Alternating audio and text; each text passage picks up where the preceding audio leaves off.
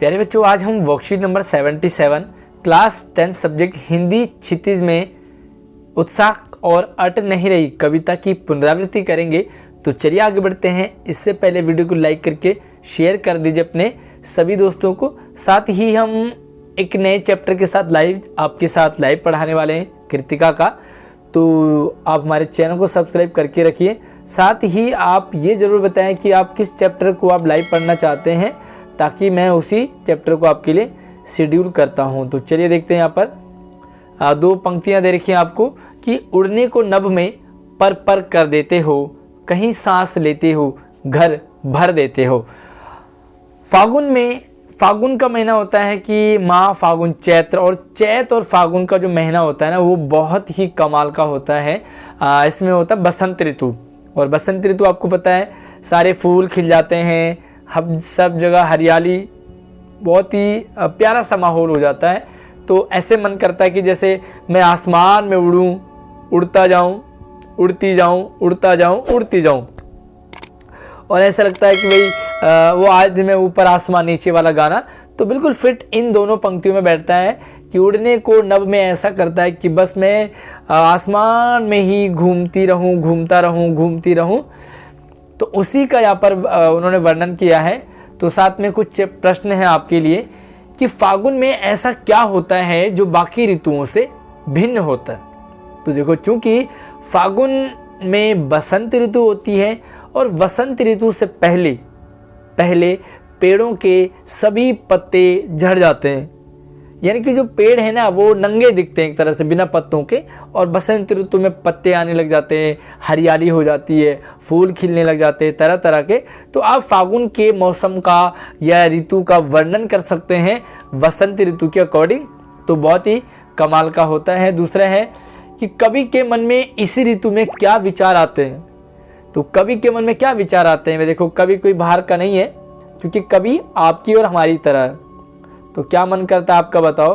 बसंत ऋतु में आपका क्या मन करेगा? नाचने का, खेलने का, कूदने का, बारिश में नहाने का, बादलों के बीच में ऐसी घूमने का। तो यार यही सारी चीज़ें उनके मन में यही विचार आते हैं कि मैं ऐसा लगा आसमान में उड़ता रहूं और पूरे इलाके को निहारता रहूं। तो बस यार यही, इसको आप थोड़ा सा बना करके अपना आंसर कंप्लीट कर देंगे।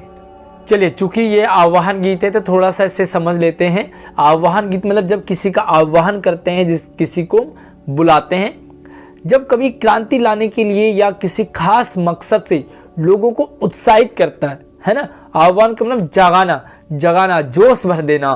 तो तब ऐसी कविता के सृजन के माध्यम से कभी लोगों में उत्साह और जोश भर देता है, वीर रस की उत्पत्ति होती है, उसे हम आह्वान गीत कहते हैं। यानी कि जब आह्वान करना, कभी आपने देखा होगा सीरियल में, रामायण में, महाभारत में, लड़ो, आगे बढ़ो, आक्रमण। तो ये सारे क्या है? आह्वान गीत हैं, आह्वान वर्ड है, और यही आपका इस कविता में भी है। सूर्यकांत त्रिपाठी निराला जी की कविता उत्साह भी एक प्रकार का आह्वान गीत है। इसी तरह से कविताएं भाई वीरतापूर्ण है, श्रृंगारिक भी है, क्योंकि भाई नाचने का मन करेगा। बसंत ऋतु में तो यार प्रेमी को प्रेमिका की याद आती है, और प्रेमिका को, यानी कि जो लवर मौसम है वो आपका कौन सा है? बसंत ऋतु है। और शांतमय रहता है, दुखांत भी हो जाता है, प्रेममय भी हो जाता है ना। प्रेम भी आपको बसंत ऋतु में हर जगह फूल खिल रहे हो। देखो भाई, गर्मी का मौसम है, चिपचिपा पसीना हो रहा है, हालत ख़राब हो रही है, लाइट चली गई, बताओ प्यार करने का मन करेगा क्या? बिल्कुल नहीं करेगा, क्योंकि मौसम वही वाला होता है प्यार का जो मदमस्त कर दे। कविता के इन अन्य प्रकारों पर भी चर्चा कीजिए। तो और कौन कौन सी कविताएं होती हैं? जैसे श्रृंगारी कविताएं होती है, ओजपूर्ण होती हैं, गर्वोक्ति आह्वान गीत होते हैं। और एक छोटी सी एक्टिविटी है, अपने बचपन की रोचक कविता के बारे में कुछ बताइए कि आपको वो क्यों पसंद है। तो बचपन में हमने बहुत सारी कविताएं पढ़ी होंगी। अब मैं आपको अपनी कविता बता दूं कि हमारे पास एक कविता थी, मुझे राइटर याद नहीं उसका, कि मैं बचपन को बुला रही थी, बोल उठी बिटिया मेरी, है ना। और कुछ हाथ में लिए मुझे मिट्टी खिलाने आई थी, ऐसा कुछ है।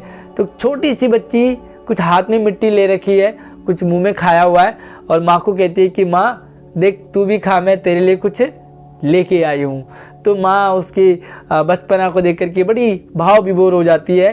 तो इसलिए मुझे इस कविता को याद आया। आपकी बचपन की कौन सी प्रिय कविता है, उस कविता के बारे में थोड़ा सा यहाँ पे लिखेंगे कि आपको कौन सी कविता अच्छी लगती है और वो कौन सी क्लास में क्यों अच्छी लगती है। साथ ही मुझे भी कमेंट करके आप बता दें कि आपको सबसे अच्छी कविता कौन सी लगती है। वीडियो को लाइक करके शेयर कर दीजिए। धन्यवाद।